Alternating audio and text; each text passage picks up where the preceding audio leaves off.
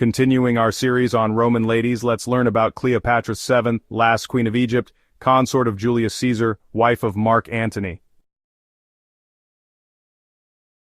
Cleopatra is one of those legendary and romantic figures of history who have captured the imaginations of every generation since her own time.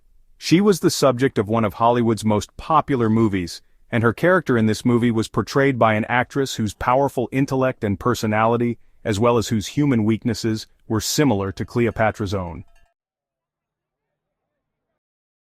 Cleopatra was an ambitious woman, determined to rule her kingdom and keep it out of the hands of the ever more powerful and expansionist Romans in Italy to the west. She was considered to be one of the most intelligent and canny female rulers of all times, and was not afraid to utilize her feminine charms to advance her political ambitions. She was the lover of one powerful Roman leader and married to another. Cleopatra was born in about 69 BC, the daughter of Ptolemy XII and Cleopatra VI. When her father died, she and her brother Ptolemy XIII were to rule Egypt jointly. It was the custom amongst Ptolemaic rulers that brothers should marry sister and rule jointly. This was to ensure that none of the powerful families would gain enough influence to control the throne of Egypt. Instead of marrying her, Ptolemy exiled her and took over the throne himself. Cleopatra gathered an army and tried to take back what was rightfully hers, but was having no success. In 48 BC, Julius Caesar landed in Egypt searching for Pompey, whom he had defeated at the Battle of Pharsalus earlier that year. Some Egyptians thought they could gain Caesar's favor by murdering Pompey and presenting his head to Caesar, but Caesar instead mourned the death of a friend even though Pompey had been his rival.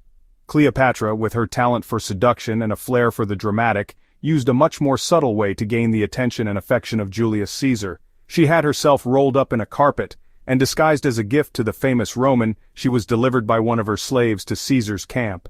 Immediately captivated by her charm and wit, Caesar fell madly in love with the Egyptian queen. Over the course of the next 3 years, the two royal lovers joined forces to defeat and kill her treacherous brother, took a trip up the Nile, and planned to carve out an empire for themselves.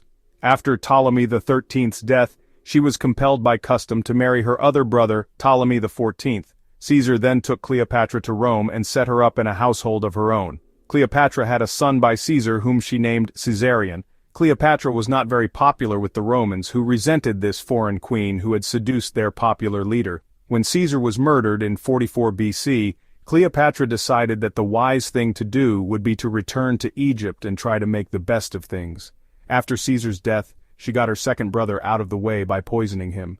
She then ruled jointly with her infant son. By this time, the rivalry between Marc Antony and Octavian had heated up to the point of becoming open civil war. Antony summoned Cleopatra to his camp to have her declare her loyalty to his cause or face the consequences. Instead, she came to him with her court, her royal barge all decked out in splendor. Of course, Cleopatra was the center of everyone's attention, a rich and powerful Eastern queen surrounded by luxury. Antony could no more resist the Egyptian queen than Caesar could before him. With Antony eating from the palm of her hand, she believed that she could use Roman military might to further her plans to build an Egyptian empire. Antony fell in love with and eventually married Cleopatra. In the meantime, Octavian was denouncing Antony and his Egyptian queen, saying that he wanted only to make Rome part of an Oriental empire ruled by a despot. As time went on, Antony lost more and more support from Roman soldiers and citizens alike. The forces of Octavian were becoming stronger day by day. The showdown between the two was not long in coming. At Actium in 31 BC, Octavian's naval forces defeated Antony's fleet after Antony himself deserted them. It seems that Cleopatra, who had joined her ships with Antony's fleet, decided to cut and run in the midst of the battle. In fact, the battle was nowhere near a lost cause until after she had fled. Antony chose to take a boat himself and join his lover in flight instead of remaining with his men. The battle was soon over, with most of Antony's men deserting or surrendering after he had gone. Antony and Cleopatra had only a few short months left. After Actium, Octavian's army inexorably pushed onward, conquering Egypt after some spirited but wholly inadequate resistance.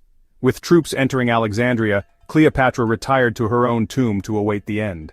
Antony had fallen on his sword in despair, but survived his suicide attempt long enough to be taken to Cleopatra, where he died in her arms. Cleopatra herself, rather than be taken alive, preferred suicide. She could not face the prospect of having to march in shame and degradation in Octavian's triumph, having once been a proud queen of an independent Egypt.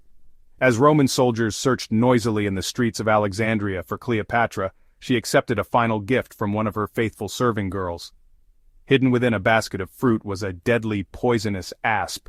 The bite from the snake was painless, and Cleopatra held the serpent to her breast.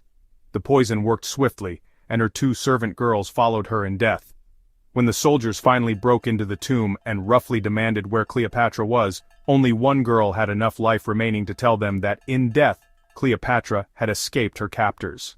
Thank you for watching, and please check our channel for more Roman history videos from jsromanhistory.com.